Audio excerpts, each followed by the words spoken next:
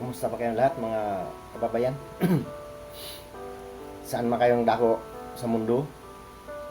Lalong-lalo na dyan sa gitna ng silangan. Tulong po tayong manalangin na matapos na ang digmaan. Ang pag-usapan natin tungkol sa ika-4 na ultimatum. Huwag tayong magbanggit kung ano ang mga pangalan kasi makaka-copyright po tayo. Ika-4 na ultimatum na yan sa aking pagkatanda. 48 hours. Ano ngayon ha? April 7 na ngayon. Mamayang gabi sa atin. Atin ba? O basta yun yung deadline ng ultimatum ng Amerika sa Iran. Ito po, hindi naman po ako nagmamarunong na sumalasali sa mga ganyang usapan. Ako isang mangmang, pero meron din po akong taglay na kaalaman kung paano magsalita na walang kodigo. Dito lang lahat ang natatandaan ko lang ang mga balita. Totoong balita po tayo. Mamaya sa Pilipinas, meron din tayong balita. Matindi rin ang digmaan dito. Tapusin ko muna itong sa Amerika. Bakit inuutosan ng Amerika talaga ang Iran na buksan ang Strait of Hormuz? Pasensya na kayo kung mali man aking pronounce. Alam niyo, hindi po basta-basta kung sino, kaya inuutosan ng Iran na buksan mo yan. Siyempre, yung Iran, hindi papayag. Marami din kondisyon ang inihingi. Hindi na natin balikan yung mga kondisyon, 5 yan ang inihingi. Ibig sabihin, kaya inuutosan ng Amerika na ang Iran ang magbukas. Sila kasi nakakaalam kung saan yung mga, kumbaga may mga sikreto silang nilagay dyan sa ilalim ng dagat. Kaya po, ang mangyari po dyan, pagbubuksan, sila po ang magbubukas mismo.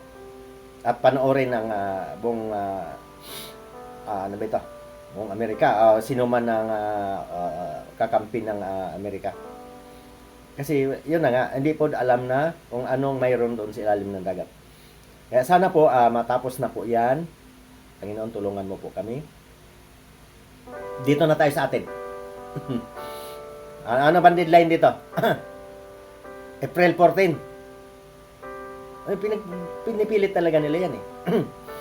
Kaya nga, tatandaan ninyo kung sino yung talagang pinipilit na tanggalin sa pwesto. Kasi yun po yung takot. Takot po yung mga yun na pag nakapwesto ay wala naman silang tinatago siguro. Ibig sabihin, ayaw kasi ng tao na madisiplina. Yun po ang dahilan eh. Gusto ng tao malaya. Mabuti sana ako malaya sa kabutihang ginagawa. Kung ang gusto ng tao na malaya siya gumawa ng hindi mabuti, ay, di ba? Mali, yun. No, sige. Bawal tayo makialam sa mga ganyan. Ay, ito na lang ha. May magandang may magandang balita ngayon. Pero sa tingin ko, nabingi na ako sa ganyang utos eh. Karpyo. Maliit pa ako, may karpyo na kami. Naniwala kayo sa akin. Paulit-ulit lang yan eh. Tapos hindi naman nasusunod. Bumalik din sa dati. Pero maganda. Nagkakaramihan kasi, lingas kogon lang yan eh. Dito sa amin, dito kami Santa Rosa, Laguna. Pinagbawal na rin dito yung inuman sa kali dati. Videoke, 10 o'clock lang hanggang 10 o'clock. Ngayon, okay na naman eh. Pag ganun-ganun lang yan, paulit-ulit lang yan. Baga walang kwentang yan. Baga di na dapat. Dapat wala bang bago? Yung mga bagong batas na mga ganda na paano makatulong sa ekonomiya. Kagaya ng pagbabalik ng ating Petron. Yun po ang ating pag-isipan sa 2028. Ayusin ang pagpili. Ang gusto kong piliin, yung walang pinangako. Kasi kung maraming pangako, marami din ang mapapako. Oy, mga kaibigan, pasensya na doon sa nakikita ko yung mga pila doon sa benting bigas. Nagalit yung matanda. Bakit kasi, kung may benting bigas, wag nang pilahan. Bigay nyo nang ibigay.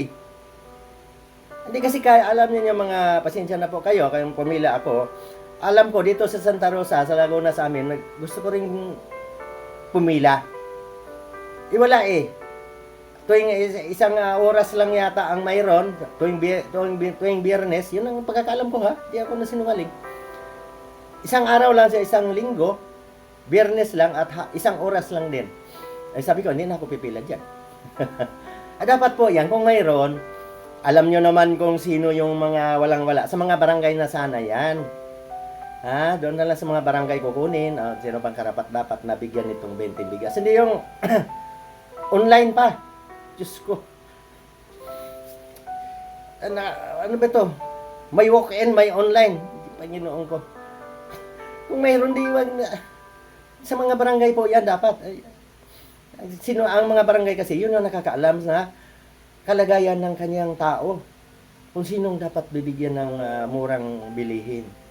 Maganda pong programa yan. Pero pag dinaan po natin sa online, hindi po natin alam na yun pala may tindahan ng bigas yung naka-online doon. Ihalo nyo sa pambintay. Ay mga kaibigan, pasensya na kayo. Ako po kasi advance na ako masyado mag-isip. Gusto ko talaga sa mga ganyang ayuda, mapunta po talaga doon sa nangangailangan. Ako, baka sabihin niyo, kasi ako mayaman. Ano mayaman? Ako po nagtatrabaho. Kaya po ako, hindi na po ako sasali dyan sa mga pilahan ng benting bigas kasi kung tutuusin ko, magkano ang isang oras ko? Ako nagtatrabaho. Kung minimum. Kwentahin niyo, magkano isang oras? Madalian lang 50 pesos. Tapos pumila ka doon, makabili ka lang ng 5 kilong bigas. Di ba? Ilang oras ka pipila? Lugi ka. Sige, yan po ang madaling mathematics. Ibig sabihin, magandang programa, pero huwag na po nating pahirapan. Sa mga barangay po dapat yan. Yung mga murang bilihin. Yung mga kadiwa, dapat po sa mga barangay hall. Kasi ang mga barangay, yun po yung nakakaalam kung sinong dapat makabili ng mura. Yung mga walang kita. Mga kababayan, hanggang dito na lang. Hindi po tayo mawala ng pag-asa na matapos din ang digmaan. Ingat po tayo palagi.